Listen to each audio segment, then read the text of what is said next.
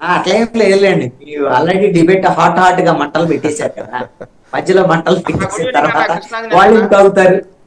అవి ఆడన్న డిబేట్ లో అరగంట తర్వాత లాస్ట్ లో ఏదన్నా ఒకళ్ళొకళ్ళు అరుచుకుంటే ఒకటి అర్థం ఉంటుంది. కానీ ముందే అరుచుకోవటం అనేది మొదలు పెడితే డిబేట్ ఏ ముందుకు పోయింది. సరే సరే, అది వాళ్ళ ఇష్టం. రాజకీయ పార్టీలు అన్న తర్వాత ఎన్నికల సమయంలో ఆ మాత్రం కొంచెం స్పీడ్ ఉంటుంది, ఖచ్చితంగా ఉండాలి కూడా. ఎవరి పార్టీని వాళ్ళు డిఫెండ్ చేసుకుంటారు కదా. ఇక్కడ ఒక అంశాన్ని మనం గమనించాలి. నేను ఈ రెండు సబ్జెక్టులు ఈ రోజున మీరు డిబేట్ లో పెట్టారు.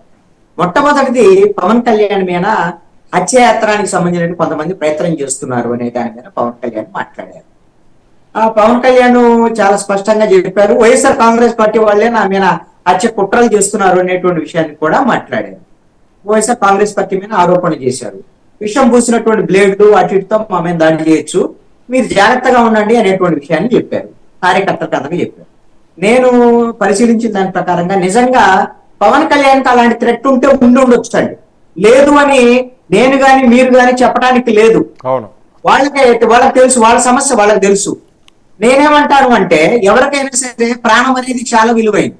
ఒక పార్టీకి సంబంధించినటువంటి అధ్యక్షుడు, ఆ పార్టీకి సంబంధించినటువంటి అధ్యక్షుడి మీదే హత్య కుట్రలు చేస్తుంటే, దాడి జరిగేటువంటి పరిస్థితి ఉంటే, అతను ప్రాణాలకు ముప్పుంటే, ఇది ఆంధ్రప్రదేశ్ రాజకీయాల్లో ఈ ఎన్నికల్లో చాలా కీలకమైనటువంటి అంశంగా ఉంటుంది ఖచ్చితంగా. అయితే ఒకవేళ ఆ విధమైనటువంటి పరిస్థితి ఉంటే, మనం భారతదేశంలో మనకు ఉండేటువంటి సిస్టమ్ ప్రకారంగా చూసినప్పుడు పవన్ కళ్యాణ్ గారి లేకపోతే జన సైనికులు కానీ జనసేన పార్టీ వాళ్ళు కానీ ఎవరైతే ఈ అనుమానం ఉందని భావిస్తున్నారో, పవన్ కళ్యాణ్ ప్రాణాలకి థ్రెట్ ఉందని భావిస్తున్నారో, వాళ్ళు ఇమీడియట్ గా ముందు పోలీస్ శాఖ కంప్లైంట్ చేయాలి. కంప్లైంట్ చేస్తే దాని మీద పోలీసులు చర్యలు తీసుకోవాలి. ఎందుకు చర్యలు తీసుకుంటారా లేదని ఇంతకు ముందు ఏదైనా వాళ్ళకి అనుమానాలు ఉంటే ఉండొచ్చాం. ఇప్పుడు ఆల్రెడీ పోలీసులు నిష్పక్షపాతంగా పనిచేసేటువంటి విధంగా నిన్నే కదా ఒక ఐజీని, 5 ఎస్పీలని, 3 కలెక్టర్లని, ఎలక్షన్ కమిషనే మార్చినటువంటి పరిస్థితిలో పోలీస్ శాఖ వీళ్ళందరూ కూడా నిష్పక్షపాతంగా పనిచేస్తారని నేను అనుకుంటున్నా. వాళ్ళు అంత ధైర్యం చేయరు ఒకవేళ పక్షపాతంగా ఎవరైనా చేసేటువంటి వాళ్ళు ఉన్నారు. అలాంటప్పుడు ఇమ్మీడియట్ గా పవన్ కళ్యాణ్ కానీ లేకపోతే పవన్ కళ్యాణ్ పార్టీకి సంబంధించిన జనసేన నాయకులు కానివ్వండి, వాళ్ళ కార్యకర్తలు ఎవరైనా కంప్లైంట్ చేయొచ్చండి.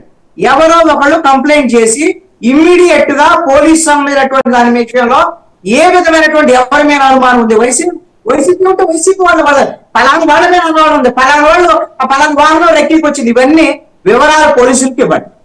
ఒకవేళ పోలీసులకు మీద నమ్మకం లేదు అని అన్నారు అనుకోండి, అది మీ ఇష్టం, దానికి అభ్యంతరం లేదు.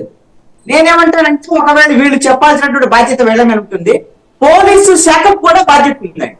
పోలీసు శాఖ ఏం చేయాలి అని అంటే, ఒక పార్టీ అధ్యక్షుడికి రాష్ట్రంలో ఈ రోజున రాజ్యాంగబద్ధంగా ఎలక్షన్ లో ప్రచారం చేసుకునేటువంటి దాని మీద ఆటంకం కలిగేటువంటి పరిస్థితులు ఉంటే, ఆయన ప్రాణాలకు ముప్పు ఉందని చెప్తున్నారు కాబట్టి, ఎవరైతే పిఠాపురానికి సంబంధించినటువంటి ఆ జిల్లాకు సంబంధించినటువంటి ఎస్పీ ఇమ్మీడియట్ గా అక్కడ ఉండేటువంటి ఒక స్పెషల్ ఆఫీసర్ ను పంపించి దాని మీద అసలు నిజమంతా ఏమేమి వాస్తవాలు తేల్చాల్సినటువంటి అవసరం ఉంది.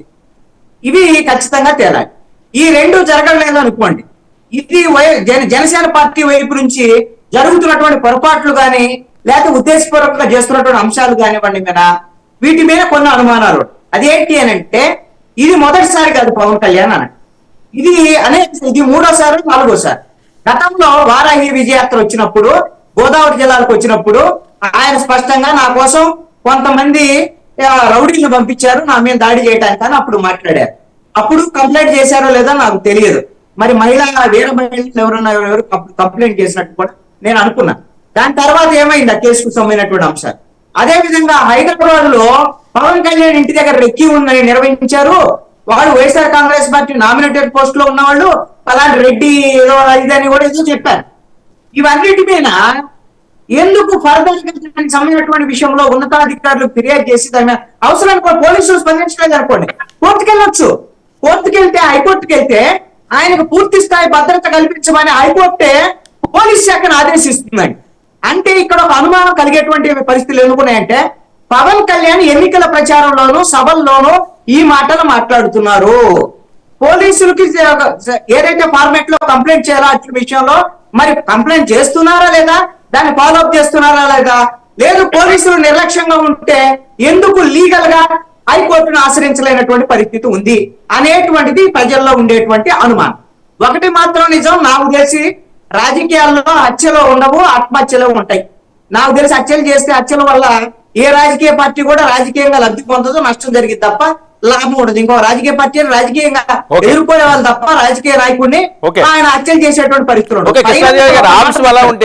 ఫైనల్ ఒక్క మాట నేను అనుకుంటున్నాను, పవన్ కళ్యాణ్ ఈ మధ్య కాలంలో కేంద్ర ప్రభుత్వం నుంచి ఆయనకి పారామిలిటరీకి సంబంధించినటువంటి బ్లాక్ కమాండర్స్ ఏదో భద్రత అడిగారు అనేటువంటి ఒక సమాచారం నడుస్తుంది. ఇటీవల కాలంలోనే నారా లోకేష్ కూడా బ్లాక్ కమాండర్స్ కు సంబంధించినటువంటి వై కేటగిరీ భద్రత, జెడ్ కేటగిరీ భద్రత ఏదో ఇచ్చారని చెప్పి ప్రచారం జరుగుతుంది.